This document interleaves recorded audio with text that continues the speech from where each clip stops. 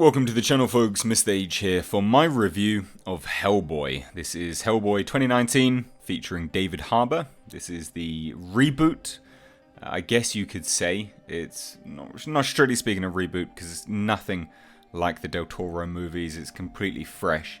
It's a fresh adaptation of Mike Mignola's work. So, a few things to note here. I will discuss non-spoilers first, then we'll go into spoilers. You'll have a big fair warning, and then we'll go from there. Now, I was in attendance at a press screening yesterday. Unfortunately, when I tweeted it out, I wasn't aware that there was a review embargo. It's now been lifted, hence this weird upload time. This is the time and date I was able to release the video. So apologies for those that were waiting for the review on Twitter, but this is why. So let's get right down to the brass taxes. Is this a good movie? Yeah, absolutely. Again, completely non-spoilers. I had such a good time with this, but it's definitely not perfect. And there are some bits and pieces that we do have to touch on. But all in all, I had a really great time with this movie. And it left me wanting to return to the world which they had established. It's an interesting way to establish this new world and how to tell this story. So we follow David Harbour's Hellboy, which is great. It is really, really good. I did have some concerns as to the suit and the prosthetics on the face. The suit looks fantastic. So that's not his body. He's actually wearing a muscle suit. And it looks great in motion. It genuinely looks really, really good. The prosthetics on the face do look a little bit off here and there. But you kind of settle into it as you're watching the movie. And it becomes the norm. It's not something that you really think of. But David Harbour's depiction of Hellboy is not just a Ron Perlman impression.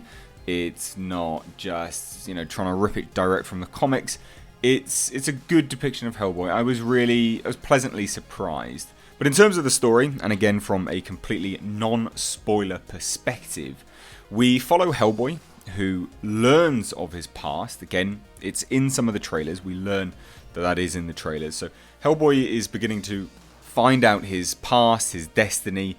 But also this coincides with the Blood Queen's resurrection. Again, part of the trailer, so not spoiling anything there. And essentially, they just go hand in hand. So Hellboy learning about his destiny, finding out that he is the bringer of the apocalypse, and the Blood Queen's return, played by Milla Jovovich. It all goes hand in hand. So it's a bit of a coming-of-age story, as well as an origin story. And I will say this about the movie. There's a lot of exposition, and normally I would say that it's to a film's detriment, but this film does it in quite a fun way, and it's almost comic book-esque in how they do this exposition. So it's people talking, we see some flashbacks here and there. It's not just mindless, yes, I'm going to tell you what happened, blah blah blah. We get some good flashbacks, and they're so well shot that I don't really mind the exposition. And I do feel, because this film is quite tongue-in-cheek, I feel it comes across very, very well. Once you've settled into it, it is very jarring at the start, but once you've settled into it, the exposition works. So like I say, the story pivots backwards and forwards between, the Blood Queen returning, so there's a whole story there, and then also Hellboy learning of his past and his destiny. So again, there's a whole story there. Now, in terms of standouts, Milla Jovovich was actually a standout, believe it or not. She's trundled along blindly in the Resident Evil movies for many, many years, but she shone in this film. And I'm the first to judge Milla Jovovich for her acting, but I genuinely think she did a fantastic job. Dae Kim as Major Ben Daimio was hamming it up. But again, I don't feel like it was to detriment to the film, but I feel his characterization of Ben Daimio did work because it is kind of comic book-esque. Alice Monaghan, Sasha Lane, didn't actually hate it, in fairness. Good acting, it was fine. The accent was a little bit off here and there, but again, most of the people's accents were off unless they were actually British, but I'm fairly certain most people won't pick up on it because they just play the stereotype of a British accent. So the standouts were David Harbour and Milla Jovovich, and of course we had the always awesome Ian McShane, who was again an absolute standout, and we'll touch on him more in spoilers, but yeah, he was really good. Now, in terms of how I can recommend this movie, if you have enjoyed the last 2 trailers for Hellboy, you will like this movie. If you didn't like the last 2 trailers, you're probably not going to like this movie. So it is tongue-in-cheek, there is a lot of CGI blood, but also there's a lot of practical blood. So they didn't have a big budget for this film at all. In fact, there's no rumoured budget, there's nothing really released for this, but it can't have been very big. So as a result of that, they did have to use quite a lot of CGI. But because they're establishing this very comic book world, I didn't mind too much, and it really does fit.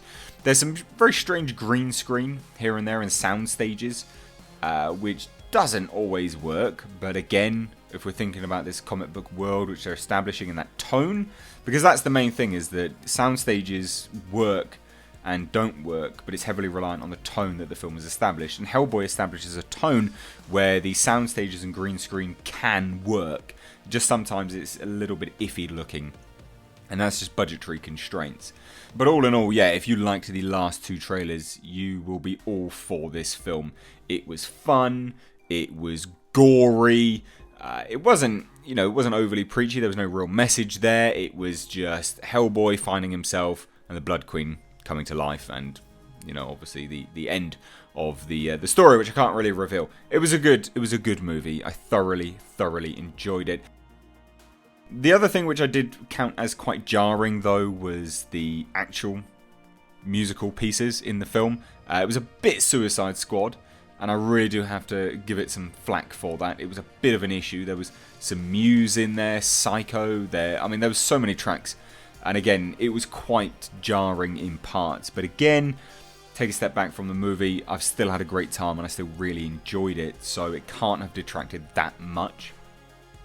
Now, one major thing which I think I do have to point out is the review embargo, and how Lionsgate have handled this film. And no doubt Lionsgate will probably see this video, because again, I'm probably going to send it to them, but I really do feel like Lionsgate were not aware of what they had with this film. The first trailer was released, and it showed essentially nothing of the R-rated nature, and really did not establish the right tone. And then they revealed the second trailer, which kind of got it back, more on track for everyone. And then they kind of went balls to the wall with this last Red Band trailer. But the thing for me, which really indicates that they just did not know what they had on their hands, was this review embargo. Now, I saw this yesterday, but you're watching this today, and it was a great movie. And I would like to have told you all about this yesterday when I had seen the movie, because you guys really would want to hear about this sooner rather than later to instill some faith in you. And the unfortunate thing about this review embargo is I believe that it will probably hinder the box office results of this movie. Anyway, I really can't say any more in non-spoilers, so we'll cut it now. We'll get into spoilers. You've been warned. I'll leave a gap, but let's get into spoilers. So, spoilers for the film Hellboy. Is Abe Sapien in it? Yes, he is, but only at the end. So they tease a sequel. They set up... Look, it's a really interesting movie where it is an origin film, but also it juggles a antagonist as well. So the Blood Queen, the villain. And because it's trying to tread this really fine line, it really does a great job at building this world so much so that you want to return. And they end a pre-credit scene with Ichthyo Sapien, so the Abe Sapien, in Siberia and things like that. So he's not actually in it, but he's in a test tube and you see the hand come up. So they're teasing a sequel. And I would really like to see a sequel. I want to see this team back together. Major Bendamio transforming was great. He only does it twice. So that was a bit of an issue, but again, it's CGI constraints. I hope they get given more money. I hope we see a return. I will say this, Professor Broom died. That was a bit of an issue. Ian McShane died in a really quite pathetic way. So the Blood Queen just sliced his neck with her fingernail. But again, Ian McShane is a great actor, and there are ways that they can bring him back in this universe. I would like to see him come back. Everyone did a really, really good job in this film. It was a really, really good film. It's just let down by some bad CGI here and there. Some like really wonky face replacements on CGI bodies and things like this. But the main things which you're going to be looking out for would be Hellboy, the creatures he interacts with, and that's about it really. Like you're looking out for those things as the main standout, and all of them worked really, really well. The Grugach worked great. I will say his effing and blinding was quite gratuitous in parts, and I don't know why they did that. Maybe they just wanted it to be really hard R, but he was cursing up a storm. Again, I didn't hate it. It's just one of those things which, it kind of brought me out of the movie a little bit. So honestly, even in terms of the spoilers, there's really not that much else to say. Hellboy embraces his destiny for like 2 seconds, then rips his horns off, and that's it. He's gone. Again, we don't really see the Hellboy of the apocalypse, which is fine. David Harbour's Hellboy was genuinely really, really good. The muscle suit worked really, really well. Sasha Lane wasn't annoying in any way, shape or form. Milla Jovovich died, had a head chucked down into hell at the end.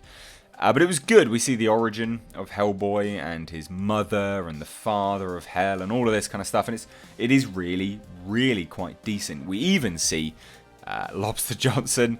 There's a lot actually in the trailers which is not in the film, which I was a little bit surprised by. So there's some like words here and there which is not in the film, and there's some re-edits and recuts. They've clearly had a fair amount of footage which they've cycled through here. But yeah, no, I really, really did like this film. I can't recommend it enough, actually. If you're of the R-rated persuasion and you just want a good laugh of a film to watch this weekend, go and check Hellboy out. It was really, really good fun. But again, if you watched the Red Band trailer and that didn't appeal to you, you thought the CGI blood was too much, you won't like the movie because there is a lot of CGI blood. But I feel this movie is something you should support. So I was happy, I enjoyed it, I was entertained. So anyway guys, thank you so much for watching. If you have seen it, let me know down below in the comment section. Am I right? Am I wrong? I'd love to hear your thoughts.